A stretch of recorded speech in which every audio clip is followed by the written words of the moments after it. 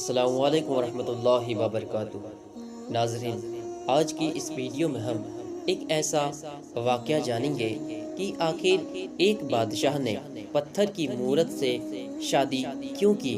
ناظرین، یہ ایک ایسا عبرتناک واقعہ ہے جسے سن کر آپ حیران رہ جاؤ گے۔ تو جاننے کے لیے آپ اس ویڈیو کو آخر تک لازمی دیکھیے گا۔ تو چلیے ناظرین، ویڈیو کو شروع کرتے ہیں۔ پرانے زمانے کی بات ہے، ملک یمن میں ایک مسلمان بادشاہ کی حکومت تھی۔ بادشاہ بہت اچھا تھا، بلکہ اس کے دل میں اللہ والوں کی بہت زیادہ محبت تھی۔ اسی وجہ سے بادشاہ کا ایک نیک فقیر بادشاہ کا دوست تھا۔ وہ نیک فقیر درویش ہمیشہ بادشاہ کے ساتھ رہتا تھا۔ بادشاہ کے اندر یوں تو بے شمار خوبیاں تھیں، لیکن ایک بری عادت بھی تھی کہ وہ جب بھی کسی خوبصورت عورت کو دیکھتا تو چاہتا کہ میں اسے اپنے محل میں لے آؤں اور اس سے نکاح نہ کروں، بلکہ بغیر نکاح کے ہی اسے اپنی بیوی بنا کر اس کے ساتھ راتیں گزاروں۔ فقیر نے بہت بار بادشاہ سے کہا کہ اگر آپ کسی عورت کو پسند کرتے ہیں تو اس سے باقاعدہ نکاح کرے۔ اسلام میں شادی کرنا برا نہیں ہے، لیکن زنا کرنا بہت برا گناہ ہے۔ آپ جس طرح غیر محرم عورت پر نظر رکھتے ہیں، یہ بہت بری بات ہے۔ بادشاہ اس کی ہر بار مانتا تھا، لیکن یہ بات نہیں مانتا تھا، بلکہ اکثر ڈانٹ دیتا اور کہتا کہ دیکھو، میں ایک بادشاہ ہوں، تمہاری ہر بات نہیں مان سکتا۔ تمہارے لیے یہی بہت ہے کہ تم میرے دوست ہو۔ درویش یہ بات سن کر چپ ہو جاتا اور وہ دل میں کہتا کہ بادشاہ کو سمجھانا بیکار ہے، لیکن اس درویش نے بادشاہ کا ساتھ کبھی نہیں چھوڑا۔ وہ سوچتا آج نہیں تو کل بادشاہ اس گناہ کو بھی چھوڑ ہی دیں گے۔ ایک دن کا ذکر ہے کہ بہت تیز طوفانی بارش ہوئی تو فقیر کی جھوپڑی ہوا میں اڑ گئی۔ اگلی صبح بادشاہ کے قاصد فقیر کو لینے آ گئے تو اس کی بیوی نے کہا کہ آپ کو کہیں جانے کی ضرورت نہیں، کبھی اپنے بیوی بچوں کا بھی خیال کر لیا کرو۔ بادشاہ کو تو آپ کی کوئی پرواہ ہی نہیں۔ بادشاہ کے پاس جانے کی بجائے اپنی جھوپڑی صحیح کرو۔ اگر بادشاہ آپ کا اتنا ہی اچھا دوست ہے تو پھر وہ آپ کو گھر کیوں نہیں دیتا؟ بیوی کی بات اس فقیر کے دل پر لگی۔ اس فقیر کو بہت برا لگا۔ اس نے کہا کہ میرا دوست مجھے بہت کچھ دینا چاہتا ہے، لیکن میں اس سے کچھ لیتا نہیں۔ بیوی کو اس نے سمجھانے کی کوشش کی، لیکن قاصدوں نے بیوی کی بات سن لی۔ قاصدوں میں سے ایک قاصد نے بادشاہ کو یہ ساری بات بتا دی کہ فقیر کی بیوی آپ کے بارے میں یہ کہہ رہی تھی کہ آپ اس کے دوست ہیں، لیکن آج تک آپ نے اسے ایک گھر بھی نہیں دیا۔ جب فقیر محل پہنچا تو بادشاہ نے اس سے کہا میرے دوست، میں تمہیں ایک محل اور تمہارے گھر والوں کے لیے عمدہ اور قیمتی سامان دینا چاہتا ہوں، یہاں تک کہ ہمارے محل میں جتنی کنیزیں اور غلام ہیں اتنی ہی تمہاری خدمت میں معمور کروانا چاہتا ہوں۔ تم مجھے اجازت دو۔ فقیر نے کہا ہرگز نہیں، آپ سے میں نے دوستی اس لیے نہیں کی ہے کہ میں آپ سے محل لے لوں یا آپ کی دوستی کا فائدہ اٹھاؤں۔ میری بیوی نے ایسے ہی جذبات میں آ کر یہ باتیں کہہ دی، لیکن وہ اب میری بات سمجھ گئی ہے۔ رہی بات جھوپڑی کی تو میں نے ایک اور دوسری جھوپڑی تیار کر لی ہے۔ اگلے دن بادشاہ اور فقیر دونوں شکار کے لیے نکلے تو فقیر نے گھوڑے پر سوار ہونے کی بجائے حسب معمول پیدل چلنے کو اصرار کیا۔ جنگل پہنچنے کے بعد بادشاہ کو پیاس محسوس ہوئی تو فقیر نے بادشاہ کو روک کر ایک جگہ انتظار کرنے کو کہا اور خود پانی کی تلاش میں نکل گیا، اور کافی دیر کے بعد اسے ایک تالاب نظر آیا، کیونکہ فقیر کو بھی پانی کی تلاش تھی، کیونکہ اسے بھی پیاس لگ رہی تھی۔ تو فقیر نے سوچا کہ کیوں نہ پہلے میں پانی پی لوں، پھر بادشاہ کو بھی یہاں بلا لوں گا۔ لیکن دوستی کا تقاضا یہ ہے کہ وفاداری ضروری تھی۔ پہلے بادشاہ کو پیاس لگی تھی، اس لیے پانی پیتے پیتے فقیر ایک دم سے رک گیا۔ ابھی وہ سوچ ہی رہا تھا کہ پہلے میں بادشاہ کو یہاں بلا لیتا ہوں، اچانک اس کی نظر تالاب کے قریب پتھر کے ایک بت پر پڑی۔ قریب جا کر دیکھا تو وہ ایک خوبصورت عورت کا بت تھا۔ ایسا لگ رہا تھا کہ بس اس کے اندر جان آ جائے اور یہ چلنا شروع کر دے۔ اسے یہ معلوم تھا کہ بادشاہ چاہے اللہ والوں کو پسند کرنے والا ہی کیوں نہ ہو، لیکن وہ حسین عورتوں کو بہت پسند کرتا ہے، اور اگر اس نے یہ پتھر کی مورتی دیکھ لی تو ضرور اصرار کرے گا کہ اسے ہمارے محل میں لے چلو۔ فقیر نے قریب ہی جھاڑیوں کو اٹھایا اور اس پتھر کی مورتی کو ان جھاڑیوں میں چھپا دیا۔ اب وہ بادشاہ کے پاس گیا اور اسے تالاب کے بارے میں بتایا۔ پھر دونوں تالاب پر پہنچ کر اپنی پیاس بجھانے لگے۔ بادشاہ نے فقیر سے کہا، لکڑیاں لے کر آؤ تاکہ ان پر گوشت پکا کر کھائیں، اور خود وہیں آرام کرنے بیٹھ گیا۔ درویش جنگل میں لکڑی لانے چلا گیا۔ ادھر بادشاہ یہاں وہاں کا نظارہ کر رہا تھا۔ اچانک اس کی نظر جھاڑیوں پر پڑی اور اسے لگا کہ جھاڑیوں کے درمیان کوئی موجود ہے۔ یہ سمجھ کر بادشاہ نے تلوار نکالی اور جھاڑیوں کے قریب گیا تو پتھر سے بنی ایک مورتی اسے جھاڑیوں کے اندر نظر آئی۔ اس نے جھاڑیوں کو ہٹایا تو اس نے دیکھا کہ اتنی حسین اور خوبصورت عورت تھی جو اس نے آج تک نہیں دیکھی تھی، لیکن بس وہ بے جان تھی اور ہل نہیں سکتی تھی۔ اس مورتی پر اس کا دل آ گیا۔ وہ بادشاہ تو پہلے سے ہی عورتوں کا شوقین تھا۔ فقیر جب لکڑیاں لے کر واپس آیا تو بادشاہ نے اسے کہا، اے دوست، اسے بھی اپنے ساتھ لے چلو۔ فقیر نے کہا، بادشاہ سلامت، یہ مورتی یہاں سے ہل بھی نہیں سکتی، اور مجھے لگتا ہے کہ کسی خاص عقیدت مند نے اسے یہاں رکھا ہے، یعنی کسی تانترک نے، ہو سکتا ہے یہ ان کی مورتی ہو، ان کی دیوی ہو جس کی وہ پوجا کرتے ہیں۔ اگر آپ اسے یہاں سے لے کر جائیں گے تو بلا وجہ کوئی پریشان ہو جائے گا۔ لیکن بادشاہ کا تو اس مورتی پر دل آ گیا تھا، اس لیے اس درویش کی یہ بات بادشاہ کو بہت ہی ناگوار گزری۔ اس نے کہا کہ تم ہوتے کون ہو مجھے اس بات کی صلاح دینے والے کہ میں اس مورتی کو یہاں سے اٹھاؤں یا نہ اٹھاؤں؟ میں اس سلطنت کا بادشاہ ہوں۔ اب چاہے یہ مورتی کسی یہودی کی ہی کیوں نہ ہو، مجھے یہ پسند آ چکی ہے اور میں اسے اپنے محل میں ضرور ہی لے کر جاؤں گا۔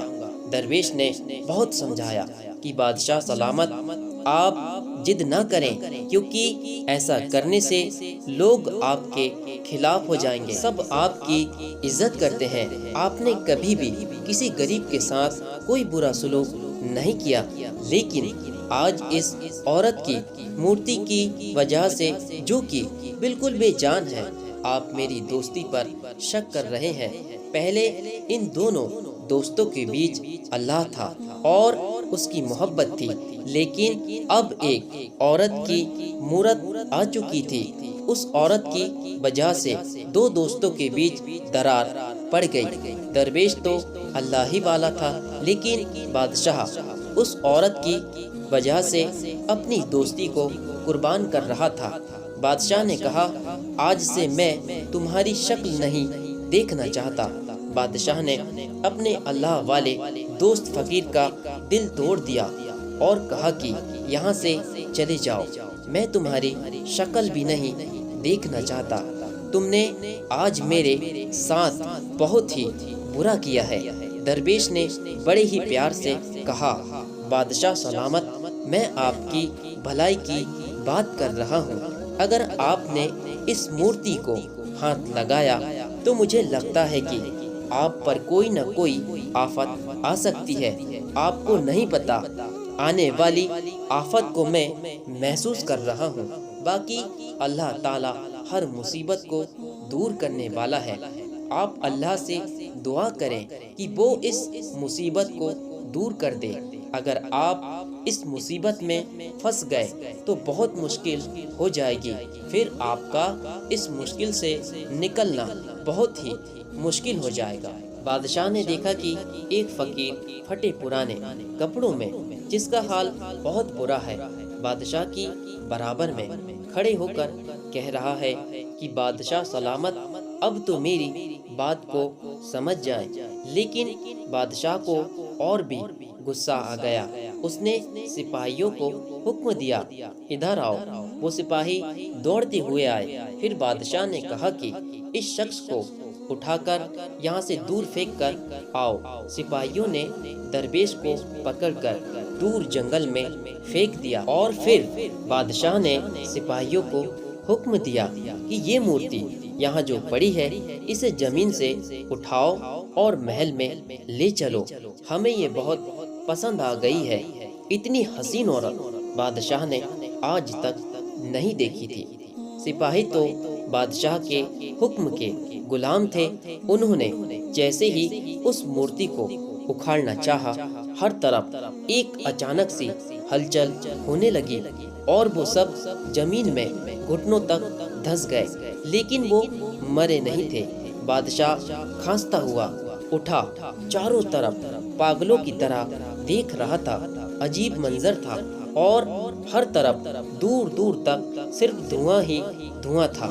اچانک اس کے سامنے ہیبت ناک شکل کا آدمی آ گیا۔ بادشاہ نے گھبرا کر پوچھا، تم کون ہو؟ وہ کہنے لگا کہ میں ایک جادوگر ہوں، میرا نام سامری جادوگر ہے۔